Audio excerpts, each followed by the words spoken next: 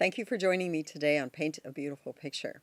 This is episode number 154, Little White Lies.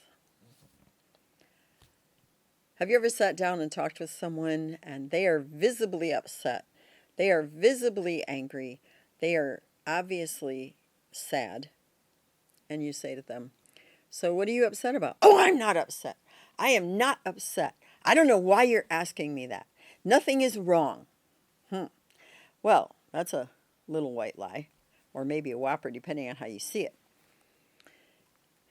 You say to someone, and you work alongside of them, and you know they're late. I mean, duh, you don't even have to go look at their time card because it's 15 minutes after the shift started, and they're rushing in, and they're all discombobulated, and you say, did you have a rough start today? I mean, what happened? You're not usually late. "I'm not late. I don't know why you'd say that to me. That's ridiculous. I was on time." Total white lie time. They're trying to cover, or they're reluctant to own up to the truth to themselves, much less to say it to you. It happens a lot in relationships. Someone will say to their friend or their spouse, "Honey, what are you upset about?" "I'm not upset. Nothing is the matter. Nothing's wrong with me. I'm fine."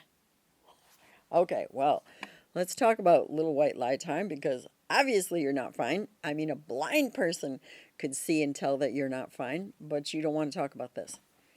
All right, let's teach our kids something here. Let's nurture them being able to tell the truth. First of all, there are not any wrong emotions. And so you can look at your kids and say to them, if you are angry, you may state that you're angry. You may even state it strongly. "I am really ticked off right now." That's perfectly okay. If you're very sad, that's an acceptable emotion. "Mom, I'm really sad about this. Dad, don't look at me. I don't want you to see me crying. It's ridiculous. I don't know why I'm crying about this." I mean, I've seen grown guys at 19 or 20 in college cry about a significant loss at state before. Guys cry. Don't kid yourself. They might not want to tell the truth about it, but they do. And that's the point.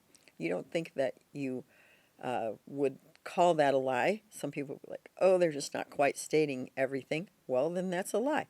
And so you want your kids to know that all emotions are acceptable.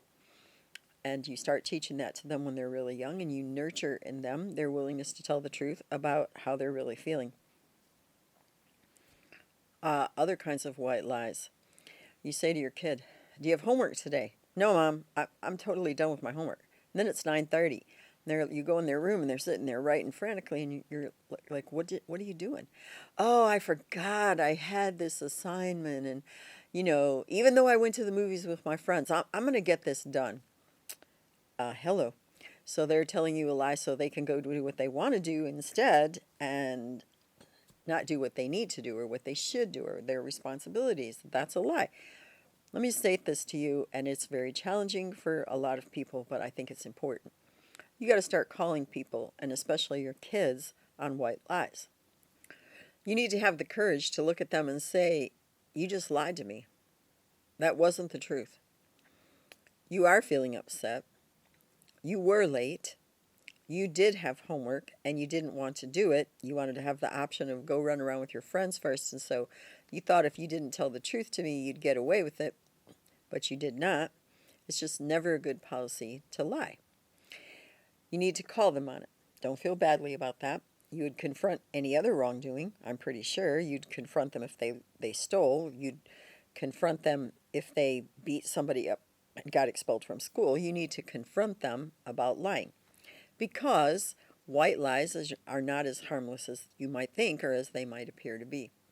If a kid gets in the habit about lying about little things, they might get in the habit about lying about bigger things.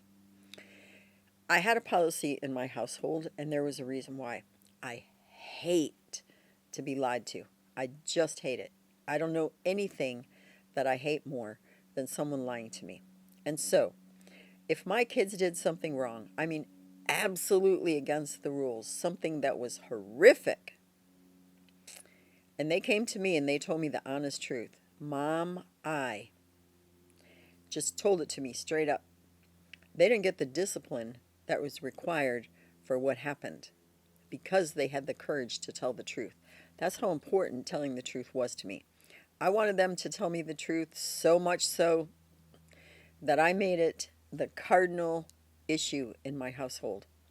You tell me the truth about something you did that was wrong, that you shouldn't have done, I will forgive you and we will move on, and there will be no discipline of any kind that would follow the behavior. Because you know what? If a kid, especially a teenager, has the courage to show up and state the truth, they have already understood the implications of their actions. They don't need the discipline because we've already gone far enough down that road that they know that what they did was wrong. That's where the truth is such a big, big thing. Someone who lies repeatedly, constantly, perpetually about every little thing over and over again, they can't face the truth about themselves, and they can't handle you knowing the truth about them. That's a very difficult person to have a relationship with, if not just about impossible. If you want to have a level of honesty and closeness of heart and literal emotional intimacy with someone, it requires honesty. I think all of us have been lied to significantly enough to understand that that kind of behavior is an emotional betrayal. And honestly, it's something that disintegrates relationships over time. I mean, just takes them apart so they're non existent. You just can't live a life and you cannot have a healthy relationship that's based upon a bunch of lies. So you want your child to learn to speak the truth. So you jump right away on white lies. So you walk into a room, and here's this little kid, and he's got bubbles all over the bathroom sink, and there are bubbles all over the floor, and you say, "What are you doing?" "Oh, nothing. Oh, nothing." "Well, I'm sorry, you just lied to me. You're obviously doing something." "Oh, Mom, I was just seeing how many bubbles this bar of soap could make, and I was like blowing bubbles through my fingers. I didn't realize I had so many bubbles all over the bathroom." "Okay, great. Well, let's get a couple towels and clean it up." No big deal. But the lie, that was the big deal. So don't lie to me. And I would discipline lying very, very consistently when my sons were little.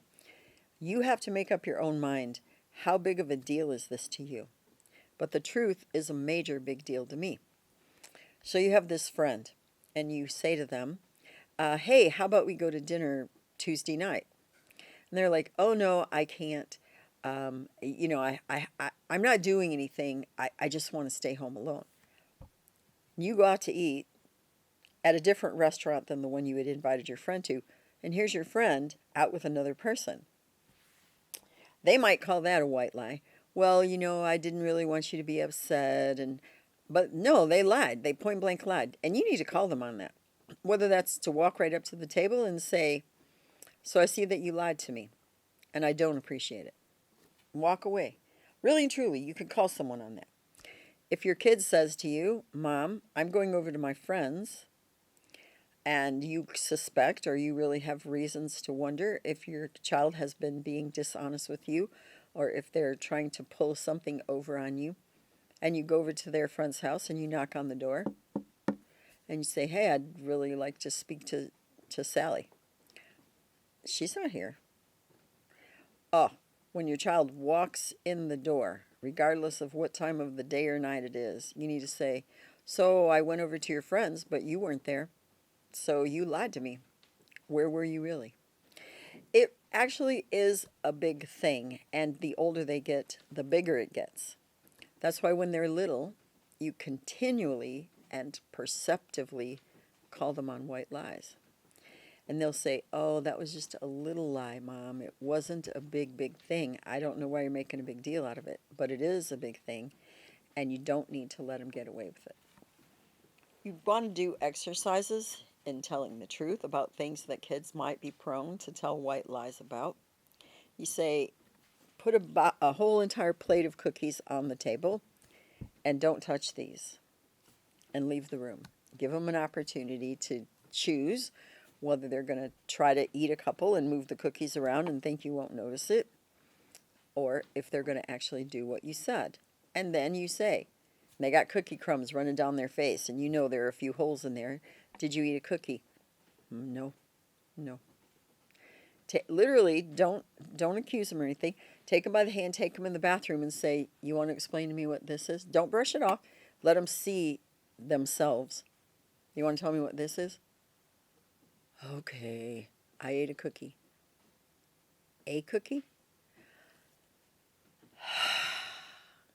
3 cookies. I ate 3 cookies. Okay. Literally tell them, I don't appreciate you not doing what I ask you to, and I don't appreciate you lying to me. What do you think should happen? When you ask a kid, what do you think should happen? You might be stunned. Often their punishment is 10 times more than what you would have done. By the time they're 6 or 7, occasionally you need to say to them, what do you think should happen? You say, don't use my good scissors to cut paper. And you go to use your scissors, and there's all these little pieces of paper laying around on a table, and your scissors are not in the right place. And you say, were you using my scissors? And it's so obvious. And they do the whole, no, I don't know who did that. Well, considering that you are the person in the room and this is your art project, I believe you're lying to me.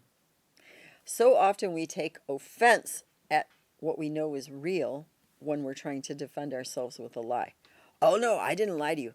You know what? Lying to me some more isn't going to make this first lie better. Lies have a bad habit of growing exponentially.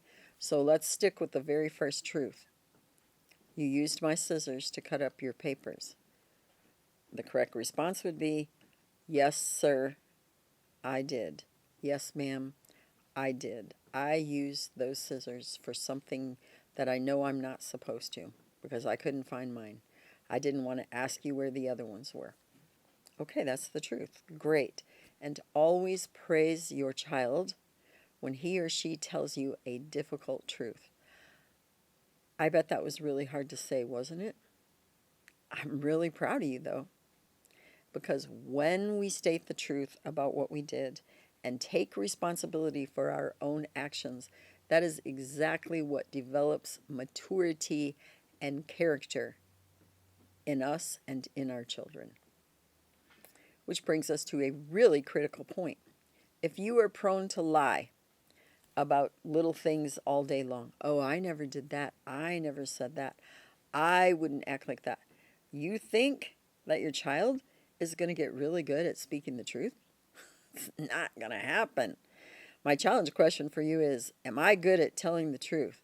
Or do I tell a lot of little white lies and defend my position?